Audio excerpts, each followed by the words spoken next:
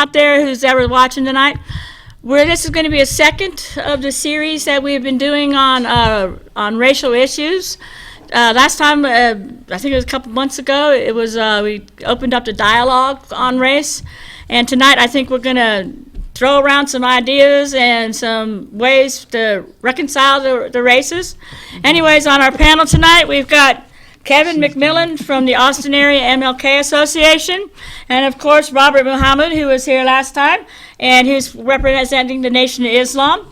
We have our gentleman over here, John Jewett. He is with the Williamson County Republican Party. He's the community outreach engagement person.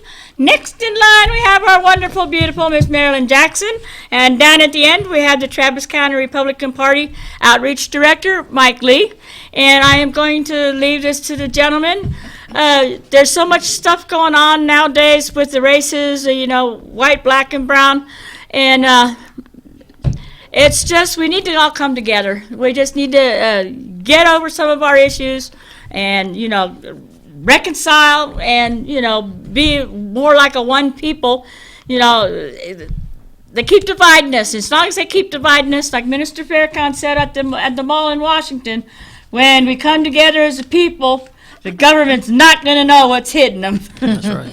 And that's one thing I remember up there, besides getting remarried on our 25th wedding anniversary up there. Yes, ma'am. Yeah, we went up to the Million Family March with the Nation of Islam, and we ended up getting remarried on the mall by the Minister Farrakhan, and there's not too many people who can say that. That's right. So, anyways, Special. have at it, people. We'll see you later. I'm going back to my little room. Thank you, Mom. Was that Rodney Dangerfield that says, why come we just can't all get along?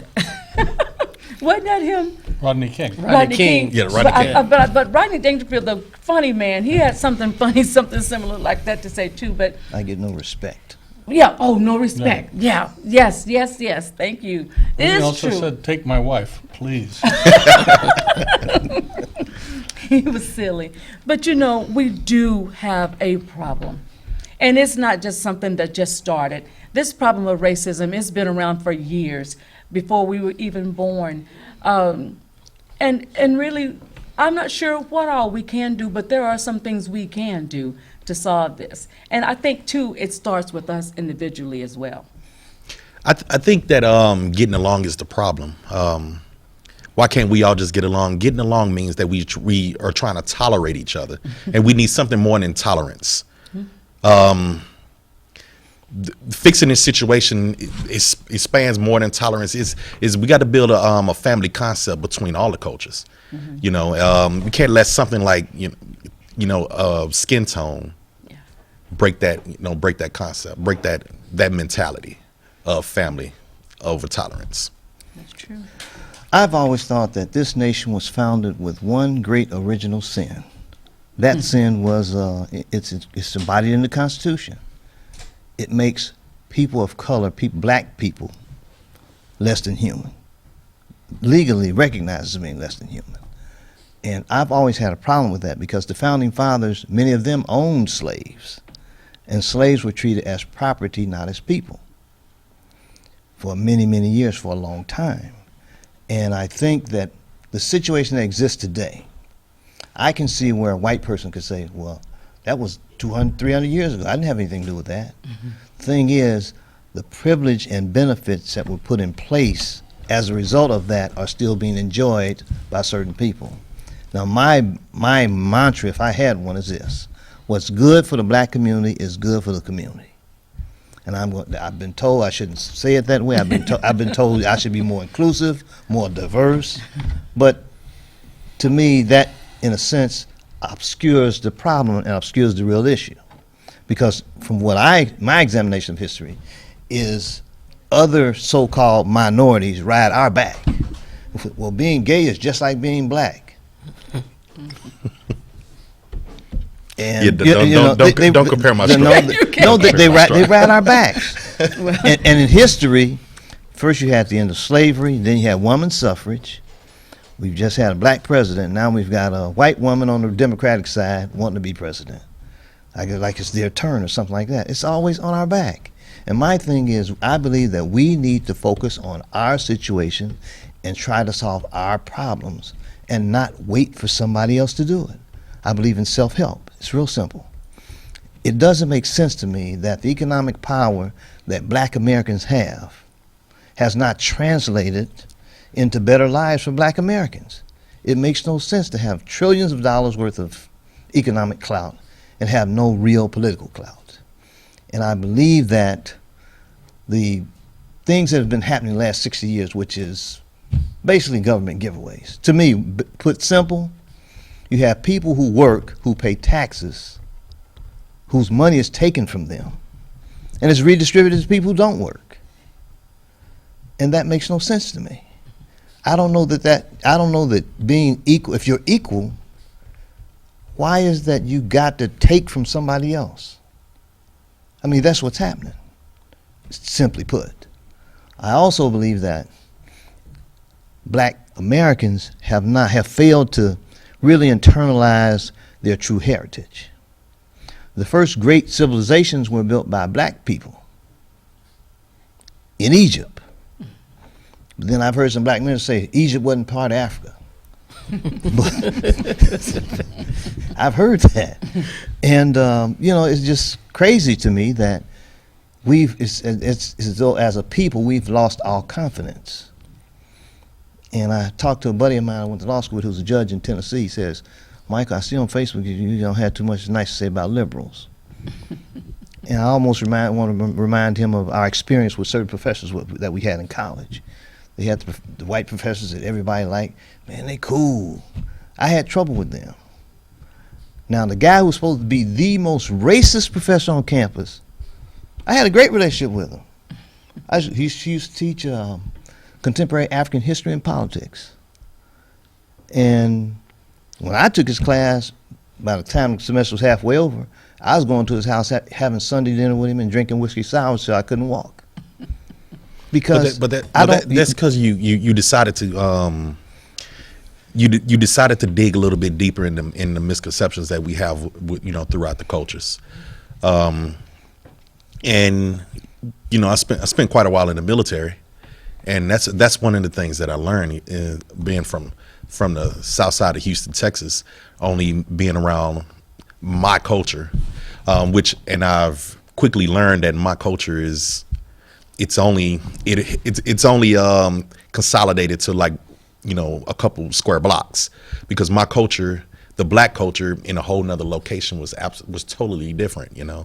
My wife grew up a whole lot different than I did, but I thought the way my life was, the way it was in my bubble, was the way it is for all my people.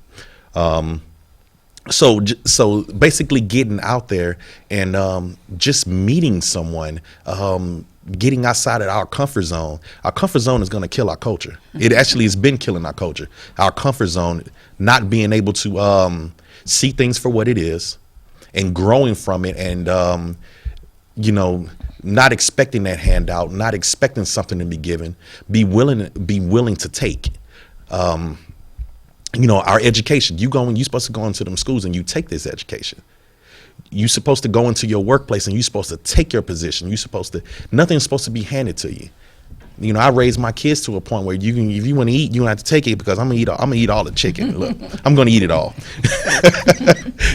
And if you wanna eat in this house, you're gonna have to take. And so we have to have that mentality that we have to take. Nothing should be given. And I don't understand why we expecting things to be given. Well, let me give you an example of something that actually happened last year during the Juneteenth parade. We were on the float riding down the street, and the first thing I told them on the Republicans, what y'all doing here? And I told, Don Zimmerman and Paul Workman on the float, and I told them at least they didn't throw rocks at us.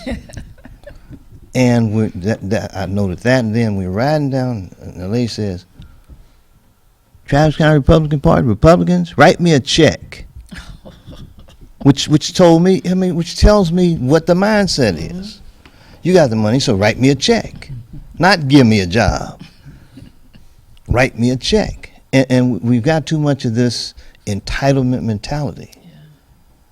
and this great, quote, great society of Johnson's is welfareism. And what it seems to me that what has happened is people have become comfortable in their poverty, which I'm sure is not what he wants. That was not the goal of President Johnson, for people to be comfortable in their poverty. I like to think that the party that I work on behalf of is interested in creating taxpayers, not tax liabilities. But I don't know that they've been very successful in that regard because of the situation that exists. It's like it's as though they've bought into the thing of, well, just give them something. And to me, a man that's given something, if you give a man all that he needs, if he never wants for anything, he'll never want anything. And I think there's almost an anti-work mentality that's developed. That's what when that lady asked for that check, that's what they said to me. They said, give me a check, not work. Right. I agree with everything that's being said. You know, the Honorable Elijah Muhammad coined the phrase, do for self or suffer the consequences.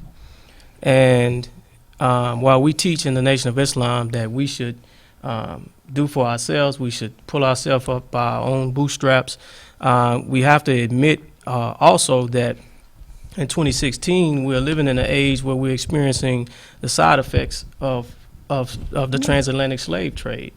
And so, you know, when people bring up topics like reparations, which it can go within the same vein of what you were talking about, give me something. Money, seeing that we are pulling in over $1 trillion out of the American economy each year, but our community is in the condition that it's in, that should let all of the onlookers know that finances and the lack of understanding of finances is a big issue, but there's a mindset that is a problem. And so there has to be a transfer of knowledge.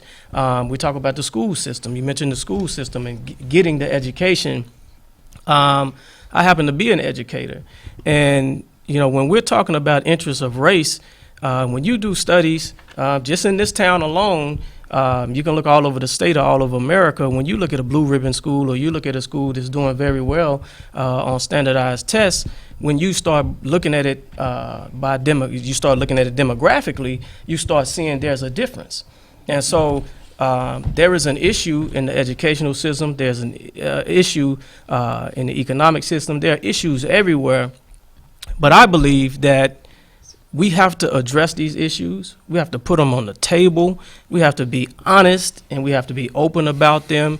And, you know, my brother here mentioned unity and uniting and doing things together. But I think sometimes we get unity and uniformity mixed up because we think that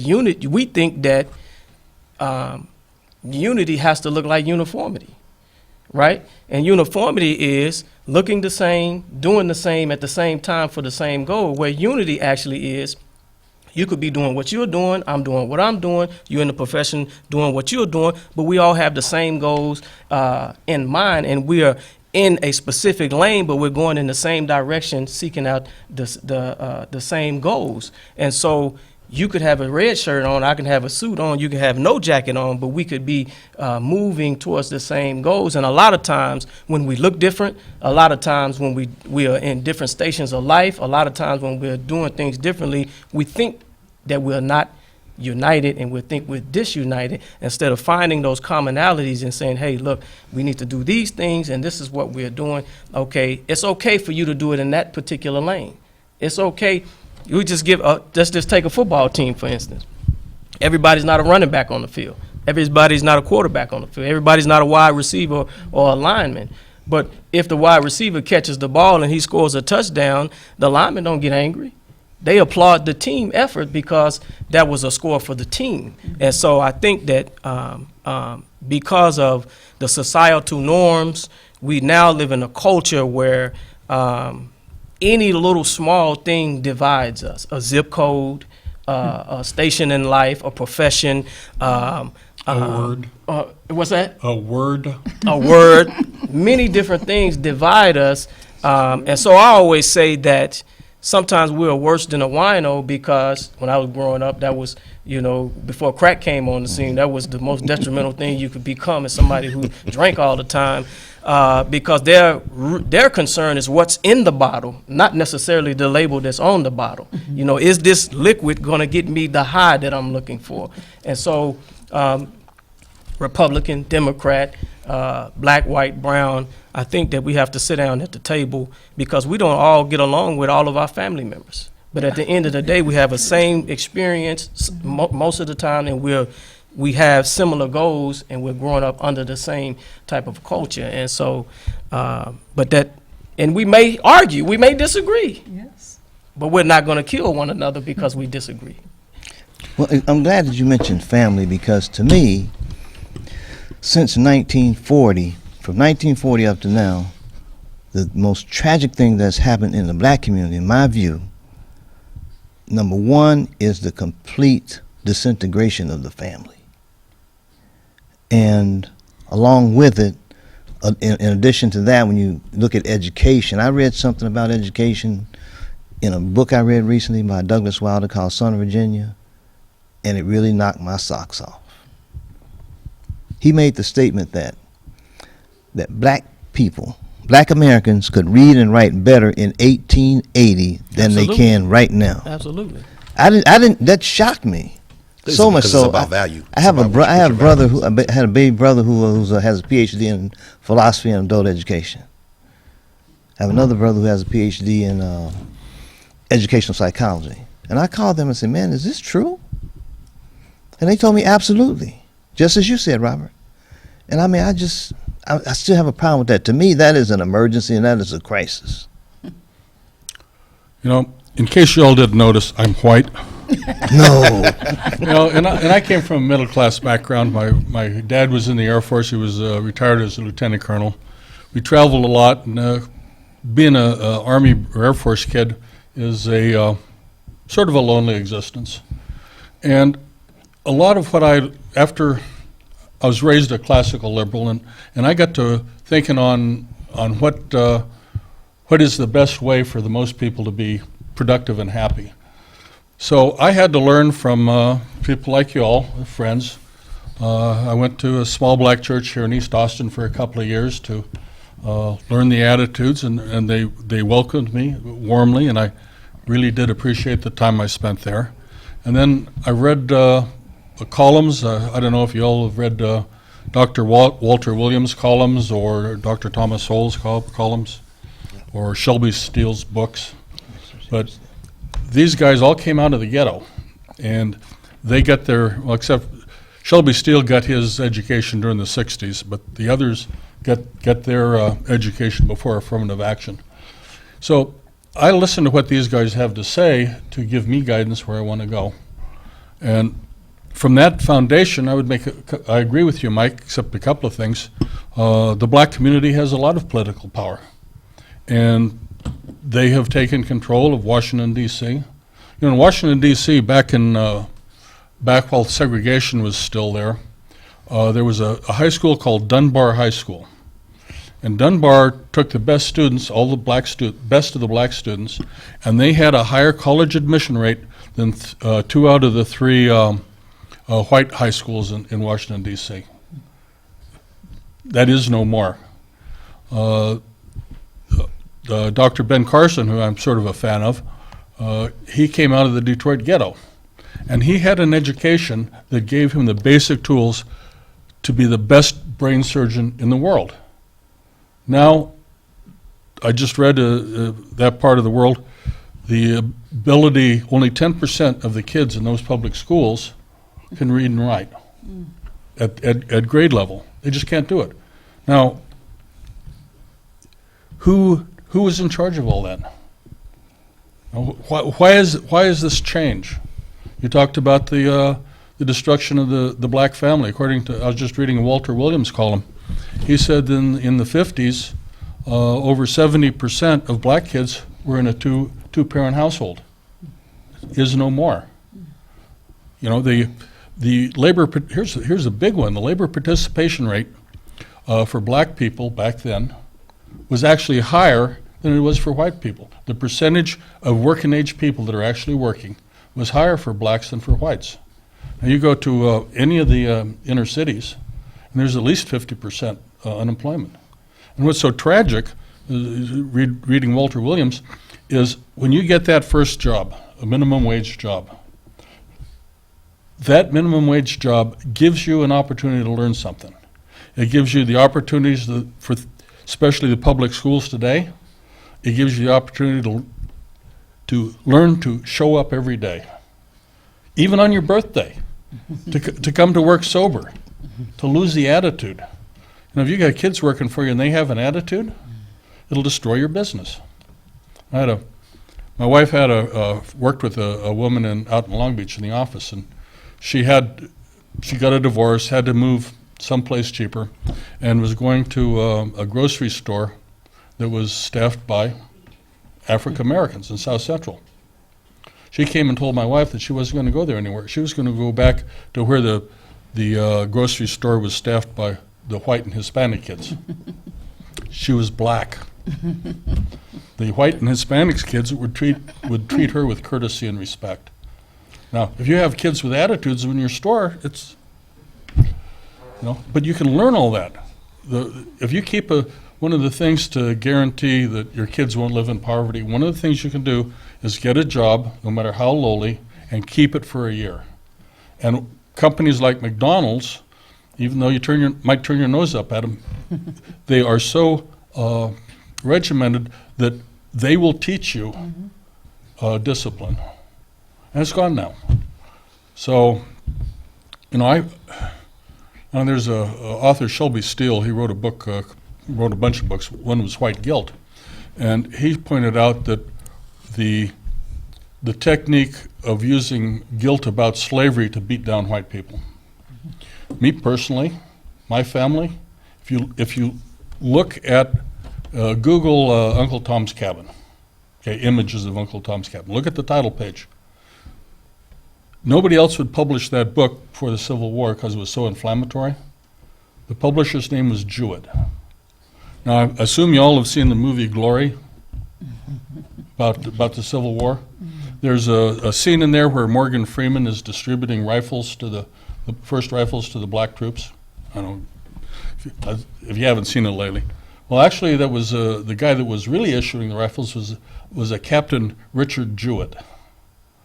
400 of my ancestors fought and killed and bled, and some of them died to put this country back together and to end slavery. So they say I'm supposed to have white guilt? Come on, excuse me. If Jesse Jackson wants reparations, oh, okay, fair enough. I'll take half of everything he has for what my ancestors did for him. That's a joke, guys. That's a joke. I'll speak. I would like to speak just a little bit about we're in a culture that does not like to be honest about everything, and then we want to pull out exceptions and not talk about the rule. So there is an exception every now and then if somebody falls out of an airplane at 3,000 feet that they might live. But that's not the rule. But when we talk about the breakup of the family,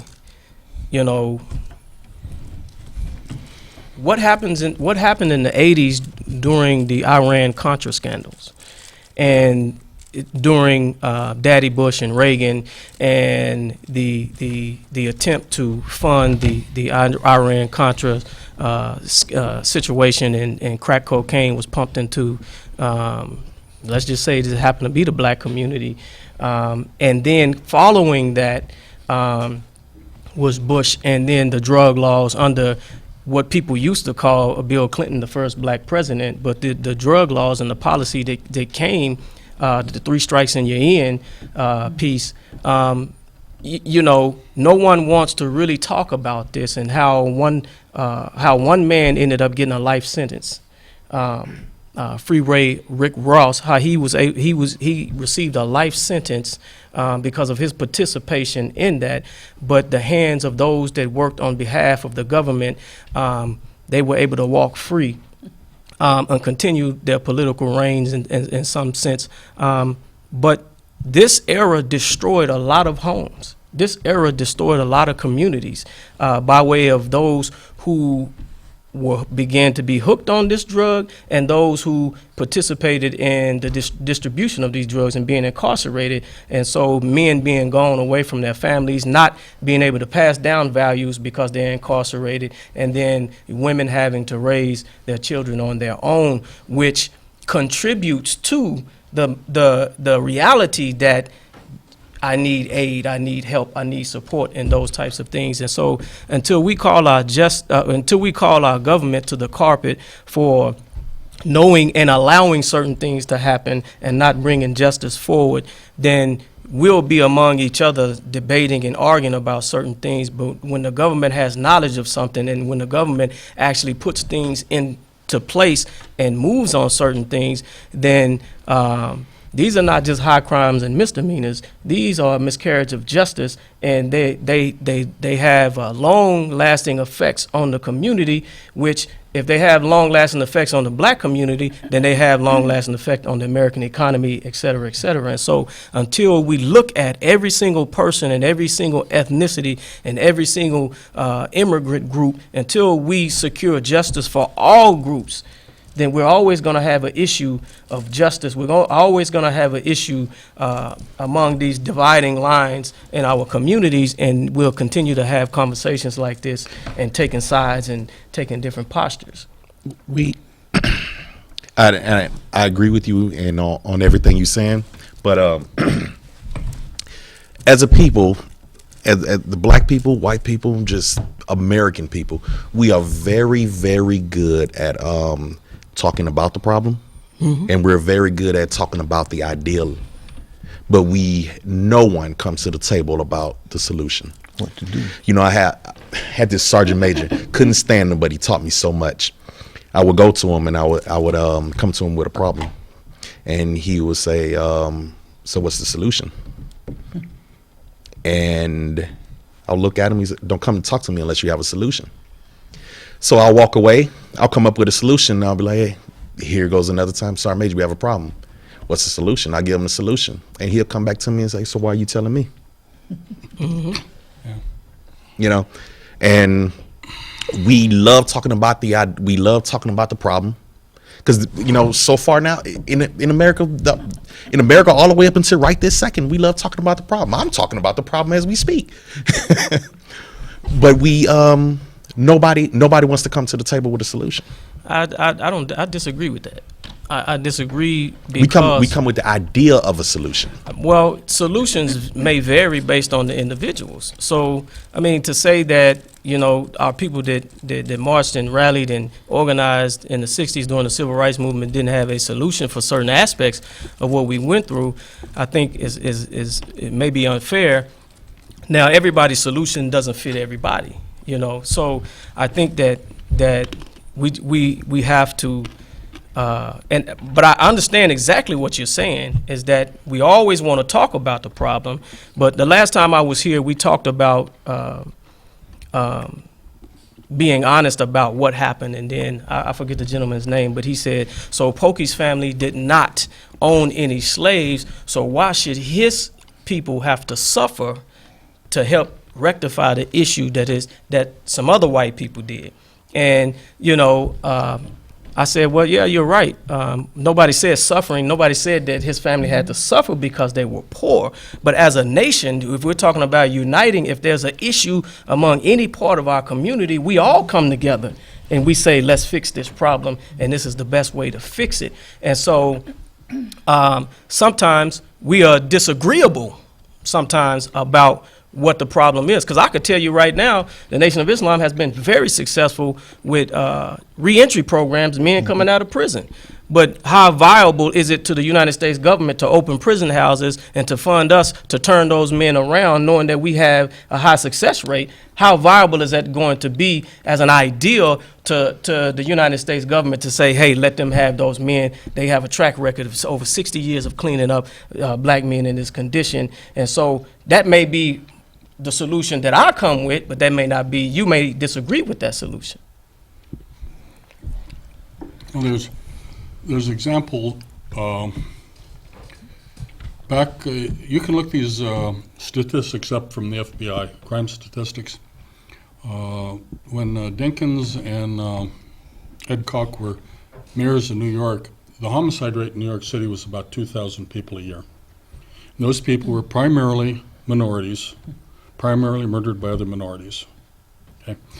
Giuliani came in, changed the policing, and he took the homicide rate from 2,000 down to about 750. And then Bloomberg brought the homicide rate from 750 down to between 400 and 500 for the last 5 years. Okay. They decided to vote for de Blasio, who's dismantling it. And, these two mayors had saved 1,500 minority lives a year, and now the gains they've made are going away. So some people will come up with a solution, but if it's not a politically attractive solution, it's dust in the wind.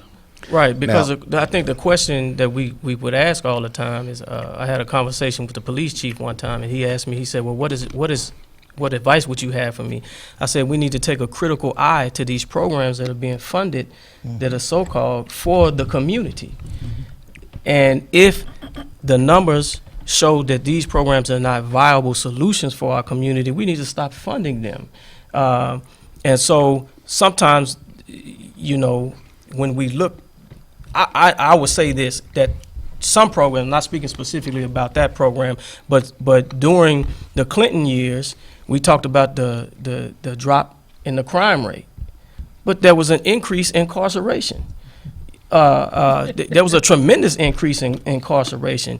Did that really did that really stamp out crime, or did that send more of us to prison houses where we would become polished criminals and come back out at some point, particularly now when they're recoding and rechanging the drug laws and sending us back out, not having learned a skill, not having learned a trade, not having education, coming back onto these streets with not the same opportunity, but less opportunity, even though, and I'll say this, many people like to, and particularly, black people. See, we talk about racism, but we have to start in-house because we suffer from a self-hatred, that is more damaging than anybody else looking at us a certain way. But but we have to look internal first, and then we got to talk about ways to reform our self-worth and what we think about, because nobody can tell me that if we built those great civilizations thousands of years ago back in ancient Egypt and ancient Kemet, that if we built what is now still considered one of the wonders of the world, and how those granite blocks were put together without pulleys and those types of things, and the muscle power that we put in the man hours and the woman hours that we put into helping to build the infrastructure of this great nation, nobody can tell me that we are a lazy people. You cannot outwork a slave, and you cannot outthink a pyramid builder, but it is the construct of a culture now, whereas I was just introducing my children to some of the music that I grew up with.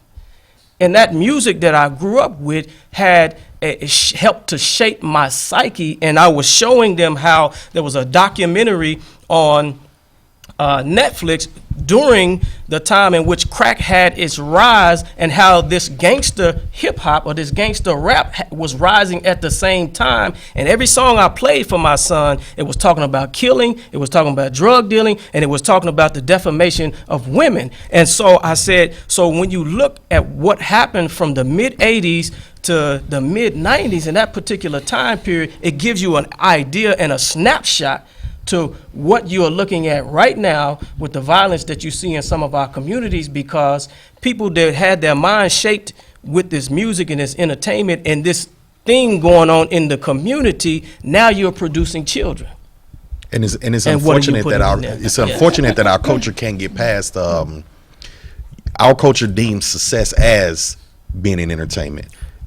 And there is nothing more to us. So now we look at somebody like Ben Carson and we call him an Uncle Tom. Agree or disagree, but he's now an Uncle Tom because he can articulate, because he's gotten his degree. He's became somebody extremely powerful. But on the streets, on a lower level, he's an Uncle Tom, and he's folding. he's folding because he wasn't a President Obama, and it's unfortunate. And so we only look for entertainment. We only seek to the biggest thing. You telling me the biggest thing now that people are caring about is the fact that none of the movies were nominated? Really? That's the topic of discussion right now. That our movies were not nominated. Well, that's the priority. That's the society has prioritized that, and it's crazy. Okay, so you were talking earlier about the community and the rap and all that. So I was thinking about Straight Outta Compton. Okay, so these rappers, renowned rappers, they said they rapped what they lived.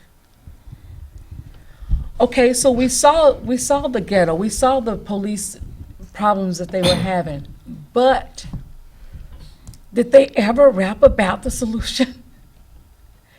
If the rappers would rap about the solution, really live out a solution, because they have the audience already. So their music is, they just buying it like crazy. But I think if they took the music, it's okay to talk about what you live through, but at the same time, you can't be a victim. You can't remain a victim forever. You have to rise up somewhere. And I was just thinking, if them dudes is Straight Outta Compton, and if they would have rapped a solution, I'm telling you, it would have the community could have grasped it. The world could have grasped it because their music went just all over the place. I'm sorry. I wanted to add to what she was saying and kind of what you were saying about entertainment, because we feel like that's the only avenue, because that's what we're given. So we talk about what is our ability to control the images that are being put before us, because the odds are probably better or probably more in my favor for me to become a surgeon than to become the next hip hop artist and to become successful. But when the images that are being put before me are not that of Ben Carson. We didn't even know who President Barack Obama was until he stepped on the stage. So, but I will say this, that I was just watching today, there was a record company called Murder Inc. I don't know if y'all remember the rapper Ja Rule years ago, but the gentleman named Irv Gotti, who was the CEO, black man naming himself after an Italian mafia figure. We good for that. we good for that.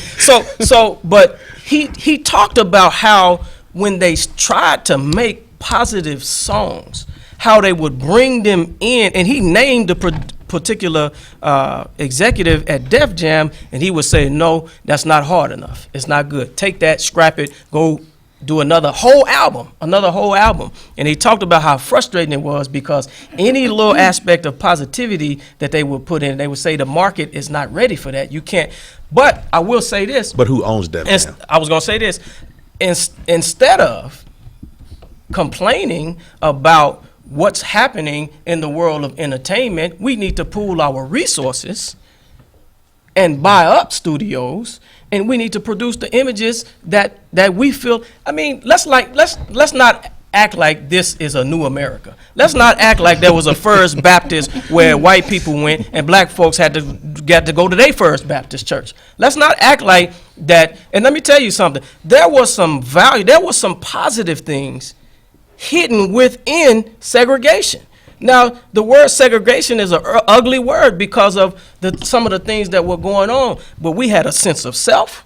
We had a sense of business prowess. We had a sense of we were getting the education because we were controlling the education. We had a sense of community, and we wanted so bad to have equal access to things that we forgot when we began to be allowed to have certain aspects of access. And so the hotels that we had began to shut down, the restaurants we had began to shut down, the companies that we had began to lose our business because we had this access to go among the whole world and spend our dollars, and we didn't keep them in our communities. And so But we need to buy up. I mean, instead of complaining about something, I don't complain about his vehicle and I don't like the way it drives. I go buy my own.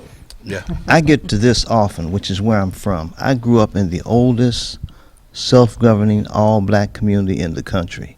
I call it the Black American capital of the world. Where was that? It's a place called Lincoln Heights. It's outside Cincinnati, Ohio. When I grew up, it was 16,000 black folks. And when I think about solutions, I've often thought and said, the solution is where I came up. Where I grew up, there was a grocery store there, a savings and loan, and because my black community was surrounded by predominantly white communities. I didn't see white people unless I went out in Lincoln Heights or I saw them on TV. We had our own school district and everything. And when the school got shut down in 1970, the community now it's been taken off the Google map, put it that way. But the solution, we can't rely on someone else to solve our problems. That's right. We got to figure out a way. And I look at my life. My parents were ex-Mississippi sharecroppers with 10 years of education put together, with 11 children, 8 boys and 3 girls. 4 of the boys have doctorates, 2 in education, 2 in law. And then I have another brother who spent 50 years in and out of the pen. He's a career criminal. One of the smartest people I know. I call him for advice sometimes, because I sometimes wonder, how do crook look at this, Charlie? And I call him, man. I say, man, well, give me the crook thing on this. But Some of the smartest people are incarcerated. we have to find a way. It's always been interesting to me that I talk to some brothers, I say, man, the white man this, the white man that. If the white man created your problem, what makes you think he's going to solve your problem?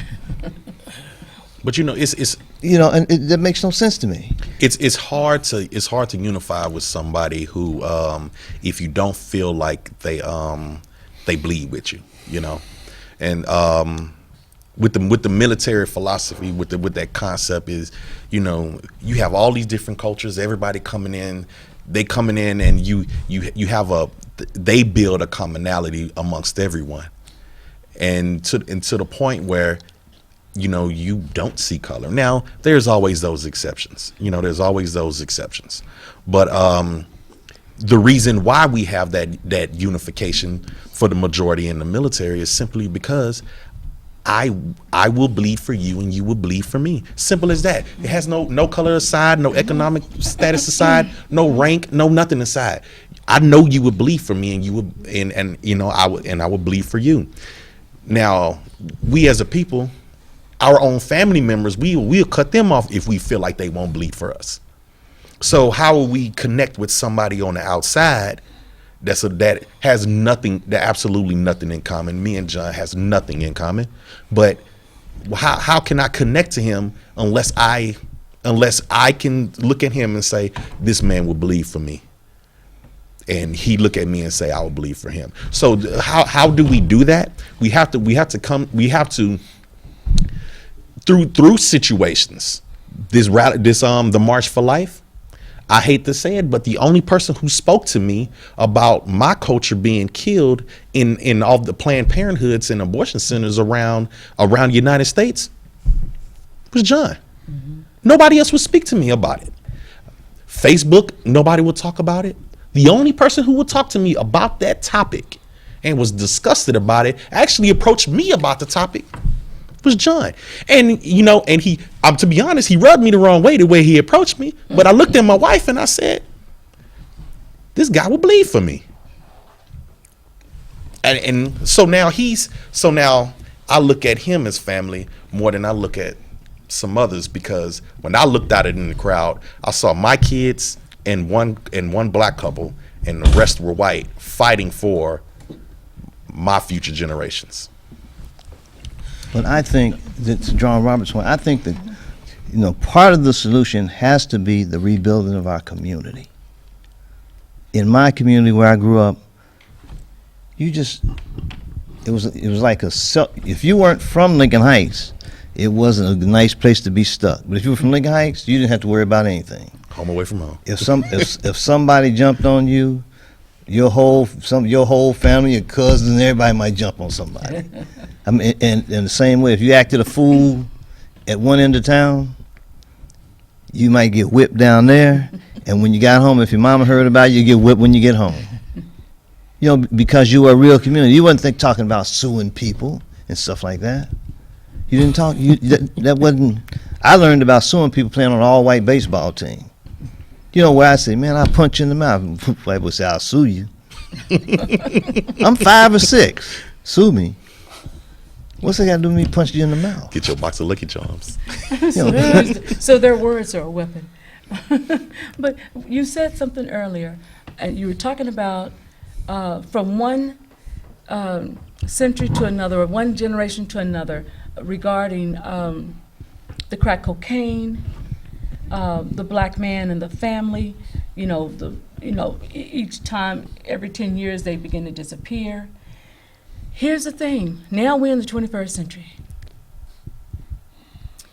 And my thing is, what is it can be done to break this cycle? It's just a cycle that repeats itself over and over and over. It may be a different little thing, but it's still trending with single parents. You know, these mamas, and they got these children by 4 and 5 different daddies. The men ain't nowhere around, or they're there living up on them. I mean, it's just crazy. And so my thing is that I do believe that the government has helped with this mindset of some of this, this handout kind of mindset that everybody have. Like this woman talking about write her a check. So here's the thing. When the government, they did do things to really kind of just, I don't want to say calm the black people down, but back in the day, we were talking about, you mentioned Planned Parenthood, so many things happened when the freedom came for us, that I think that white people were scared of what they have done to us, that what we could turn around and retaliate back to them. So they done certain things to try to really, keep us muzzled, keep us and just bound. And we have just continued on with them allowing, the boundness that we've been so bound with the things that they give us, that handout that they give you, that's all you gonna get. I mean, who can live off of a welfare check? That ain't enough to live off of, but they keep you there just so you can be there. But in our mind, we need to want more than what the government can give us. Right, and I, the question is, how do we do that? And I can tell you this, our people have become very creative on how to survive. I was talking to an entrepreneur one time, and he told me that a lady asked him to look at her finances, and she wanted to get off of all of these government programs and whatnot. And after he got through looking at everything, he said, "I can't help you." She said, "Well, why not?" He said, "You're generating close to $50,000 a year."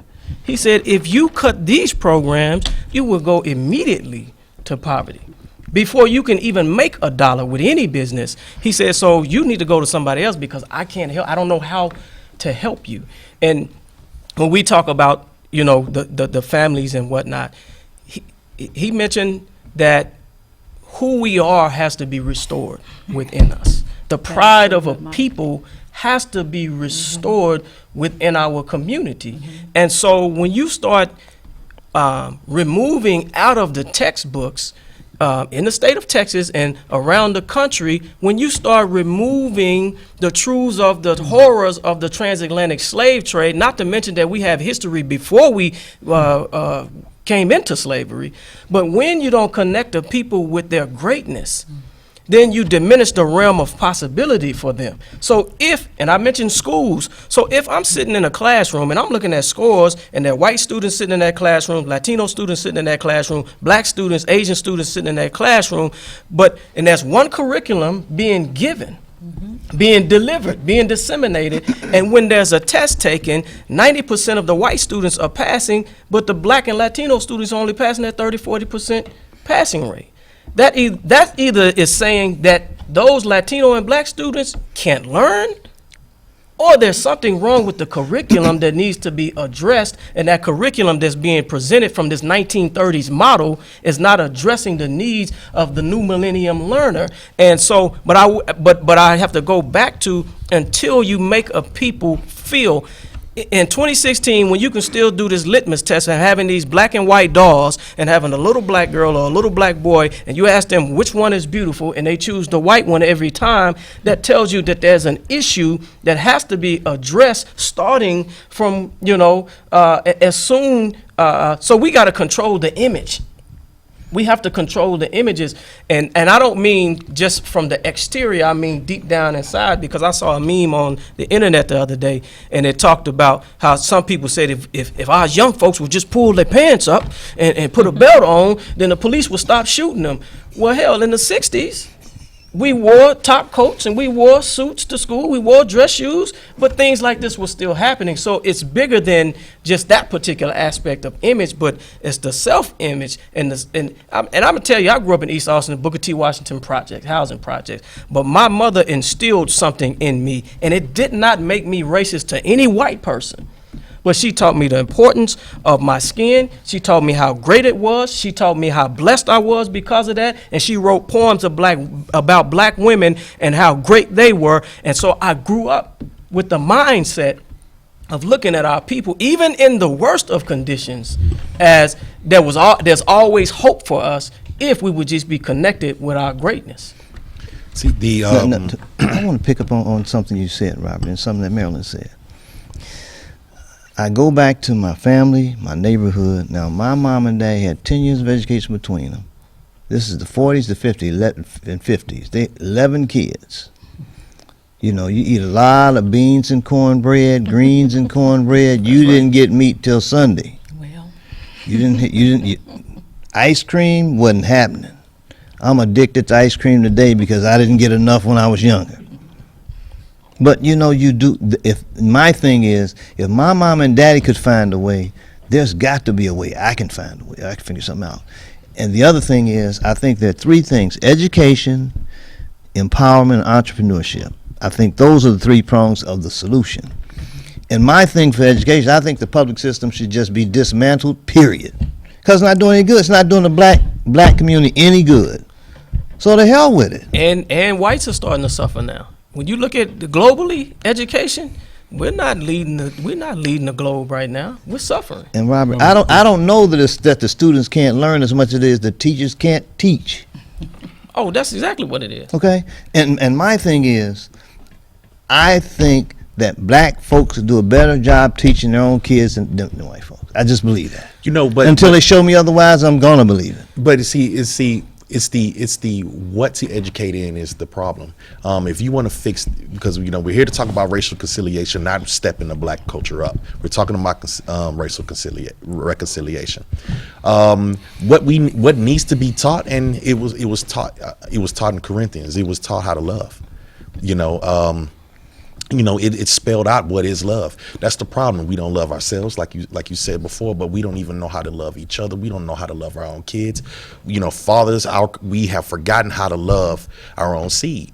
Mothers have forgotten how to love their own seed. We need to go back to the basics. I'm talking about rewind thousands of years ago and learn something as simple as love, because quite honestly, it's the basis of all things, and that love is what's going to take you from here to there and keep you there.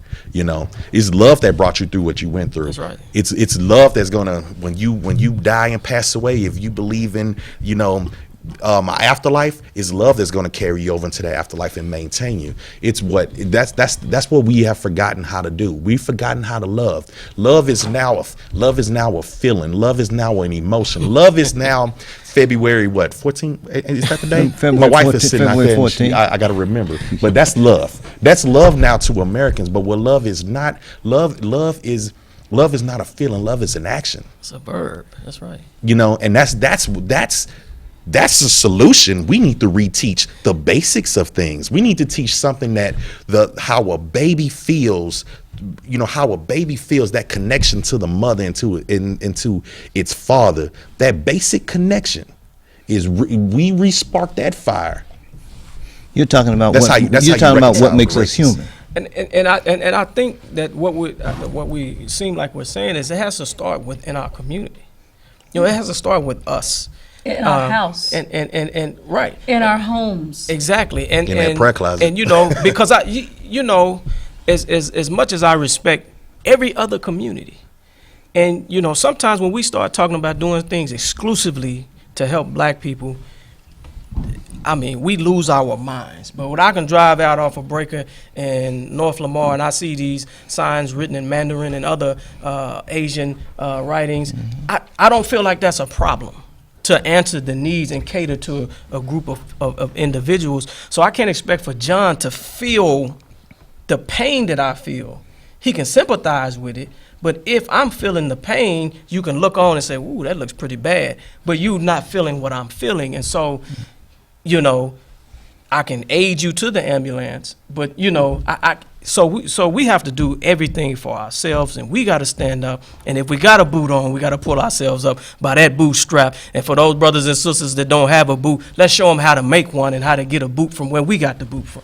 Now, when Yeah. you say our communities, you're not talking about just black people as a whole. When you say your community, you mean everybody. I mean, No, I mean black people. Okay, well, you should mean everybody, because this thing that is affected, it's affected more than just black people. No, I understand what you're saying. I'm saying that's where to start. That's where you have to start. Well- because how can I love my neighbor if I have Love- absolutely love- no love love for for myself? Okay, I understand. If I have no love for myself, then he doesn't stand a chance. You're absolutely right. So there are some that are not ready to love. They ain't ready to know what true love really is.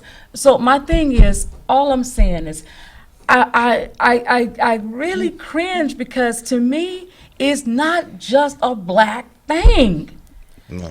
It's No, not, it's not. and we Agreed. should No, not it's not. have it that way. It's not. We have kids that are hurting. I don't care if they Asian, black, green, or white. They all need help. And I understand what you're All saying. these children needs and- help. I mean, I'm telling you, their parents need help. Right. It's not just a black thing. You just Right. can't leave it like No, that. you're right, and that wasn't my statement at all. So I don't want you to take it out of context. I know, I But know. but I just happened, like he said. I don't know if y'all know this. I'm white. I'm black.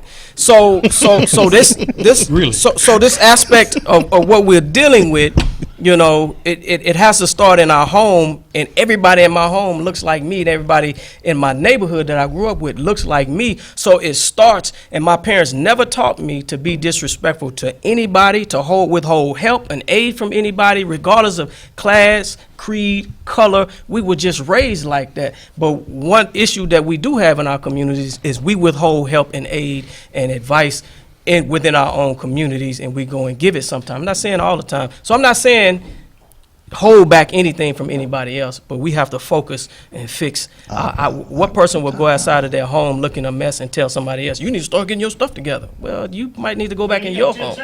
10 seconds? Well, thank you. Thank you. Well, thank you, everyone, for coming tonight. John, I'm sorry you didn't get a chance to. This country, since the start of the war on poverty, this country has spent $10 trillion on poverty, and it's worked really well. We have more of it than we ever had before. You're right. Looking at, especially can't reading the give it Shelby away. Steele book, he talks about came out. needing the third civil Hey, that rights was fun. amendment.